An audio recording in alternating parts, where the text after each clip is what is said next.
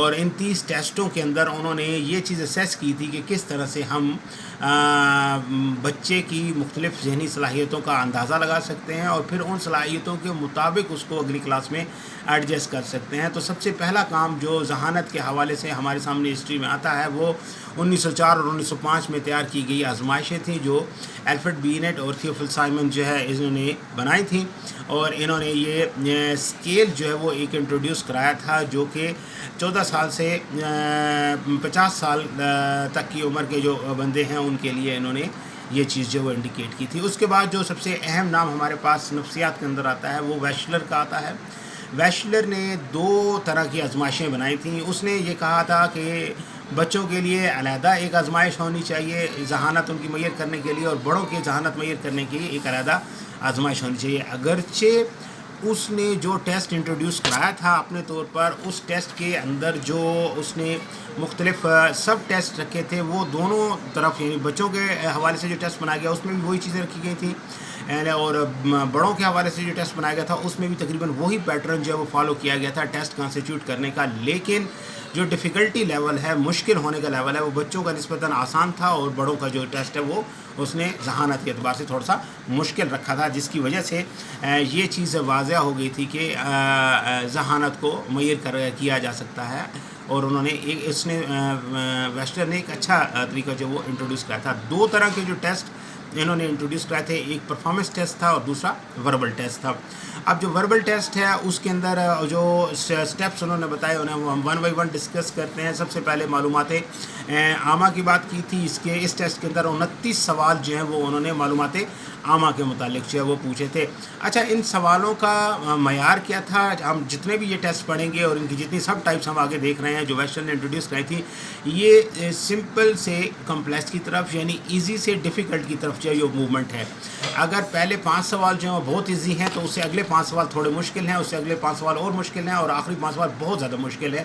تو اس کا مطلب یہ ہے کہ یہ دیکھا جاتا تھا کہ کسی بھی فرد کے اندر انٹیلیجنس کس حد تک موجود ہے، وہ کس حد تک سوالوں کے صحیح جواب دیتا چلا جاتا ہے، اور کہاں پہنچنے کے بعد وہ ان سوالوں کو صحیح طور پر جواب نہیں دے سکتا. یعنی جس جگہ پہ وہ رک جاتا تھا وہ لیول، اس کا انٹیلیجنس لیول جو تصور کر دیا جاتا تھا، جس سے آگے وہ سوالوں کے جواب نہیں دے سکتا تھا. تو سب سے پہلی جو ٹائپ آتی ہے ہمارے پاس لفظی آزمائشوں میں، وہ معلومات عامہ آتی تھی.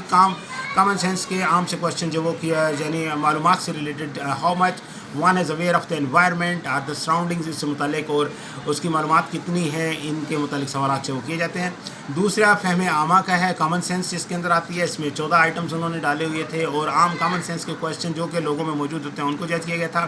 تیسرا حساب دانی کا تھا، جس میں 14 سوال ڈالے گئے تھے، اور اس میں میتھمیٹیکل ایبلٹی کی بات کی گئی تھی کہ اس کے ذریعے سے فرد بہتر طور پر اپنے سوالوں کے جوابات جو ہے وہ دے سکتا ہے. اس کے بعد مشابہات کی بات کی گئی تھی، جو جوڑوں کی صورت میں استعمال ہوتے ہیں، یعنی 13 جوڑوں کا استعمال کیا گیا تھا. مثال کے طور پر میں آپ کو ایک چھوٹی سی ایگزامپل دیتا ہوں کہ what is the commonality between lemon and ٹماٹر. یہ ٹماٹو اور لیمن کے درمیان کون سی چیزیں جو ہیں وہ کامن ہیں، اس کی اسیسمنٹ جو ہے وہ کی گئی تھی ویشلر ٹیسٹ کے اندر.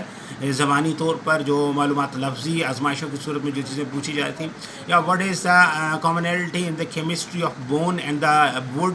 ان دونوں کی کیمسٹری میں is there lie any similarity اور دے آر ٹوٹلی ڈفرینٹ. تو اس قسم کے جو کویشچنز ہیں وہ جو ہے وہ پوچھے جاتے ہیں. اس کے بعد ہمارے پاس جو نیکسٹ چیز آتی ہے وہ آتی ہے میتھمیٹیکل، جس کے اندر سمپل میتھمیٹکس کے کویشچن جو ہیں ان کو پوچھا جاتا ہے، اور اس کے علاوہ ووکیبولری جو ہے اس کی بات جو کی جاتی ہے. چھٹی آزمائش جو ہمارے سامنے آتی ہے وہ ذخیرہ الفاظ کی آتی ہے، اور ذخیرہ الفاظ کے اندر مختلف ووکیبولری کے الفاظ جو ہیں وہ پوچھے جاتے ہیں. They are from simple to complex. ہم ایزی سے جو کمپلیکیٹڈ ہیں اس کے بعد ہمارے پاس دوسرا حصہ آتا ہے پرفارمنس ٹیسٹوں کا. اس کے 5 وہ ہمارے پاس حصے آتے ہیں. جیسے میں نے آپ کو وربل ٹیسٹ بتائے تھے، وربل ٹیسٹ کے یہ 6 حصے میں نے ابھی آپ کو بتائے ہیں. سب سے پہلا حصہ جو اس کے اندر میں نے بتایا تھا وہ معلومات عامہ کا بتایا تھا. دوسرا فہم عامہ کا بتایا ہے. تیسرا حساب دانی کا بتایا ہے.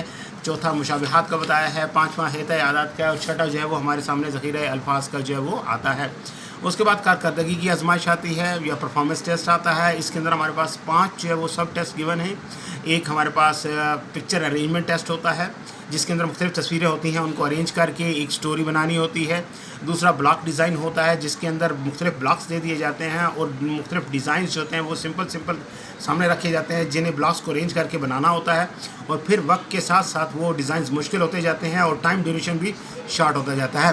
ایک بات اور میں آپ کو بتاتا جاؤں کہ ویشلر ٹیسٹ جو ہے یہ سپیڈ ٹیسٹ ہے۔ سپیڈ ٹیسٹ ہم اس ٹیسٹ کو کہتے ہیں جس کے اندر ٹائم لمٹ دے دی جاتی ہے، اور ٹائم لمٹ سے مراد ہوتا ہے کہ کسی بھی ایک آئٹم کو پرفارم کرنے کے لیے آپ کے پاس مخصوص ٹائم ہوتا ہے۔ اگر آپ اس ٹائم کے اندر اس ایکٹیویٹی کو پرفارم کر لیں تو ٹھیک ہے، نہیں تو آپ کو نیکسٹ ایکٹیویٹی جو وہ بتا دی جاتی ہے جو آپ نے پرفارم کرنا ہے۔ تو اگر لمیٹڈ ٹائم کے اندر انسان اپنی ایکٹیویٹیز کو پرفارم کرتا چلا جاتا ہے تو اس سے اگلے سوال پوچھتے چل جاتے ہیں۔ جب وہ 2 سے زیادہ ایکٹیویٹیز کو نارملی پرفارم نہیں کر سکتا تو اس ٹیسٹ کو روک دیا جاتا ہے، اور اس سے جس سٹیج تک اس نے صحیح بتایا ہوتا ہے وہ اس کا لیول جو وہ تصور کر لیا جاتا ہے انٹیلیجنس کا۔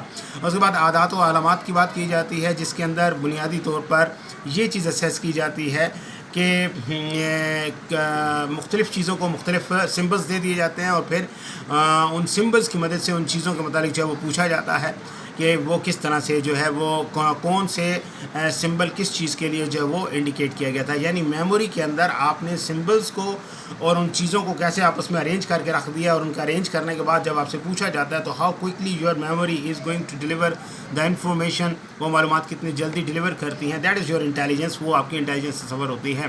اس کے بعد تصویروں کو ترتیب دینا، اعضاء کی تکمیل کرنا، جس طرح عام طور پر بچے جو ہوتے ہیں ان کی مختلف گیمز ہوتی ہیں، وہ چھوٹے کٹے ہوئے پیسز ہوتے ہیں جنہیں جوڑ کر ایک مکمل تصویر بنانی ہوتی ہے۔ اس قسم کا ایک پروسیس ہوتا ہے کہ how quickly one is going to manage the thing, how quickly one is going to arrange the things as pattern which is being elaborated by the psychologist while judging the intelligence of the person۔ تو وہ کس طرح سے اس نے اس چیز کو جو وہ انڈیکیٹ کیا ہوا ہے۔ تو یہ چیز ویشلر کے جو ٹیسٹ ہے جسے ہم انٹیلیجنس اسکیل کہتے ہیں، اس میں یہ دونوں طرح کے ٹیسٹ موجود ہوتے ہیں۔ اس نے ایک جو اڈلٹس کے لیے بنایا تھا وہ ویشلر اڈلٹ انٹیلیجنس اسکیل تھا جو ویز کہلاتا ہے، اور دوسرا وسک تھا WISC Wechsler intelligence scale for children جو ہے وہ اس نے انڈیکیٹ کیا تھا۔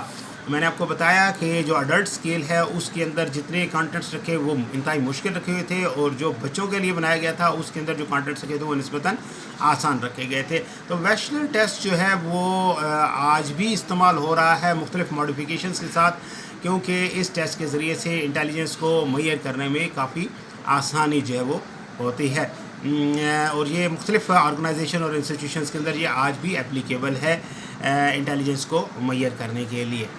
Any thing related to this topic, اگر آپ کے ذہن میں کوئی ڈاؤٹ ہو، کوئی ڈسٹربنس ہو تو ہم اس کو ڈسکس کر لیں گے۔ I will try to answer that your query اور the questions. May God bless you.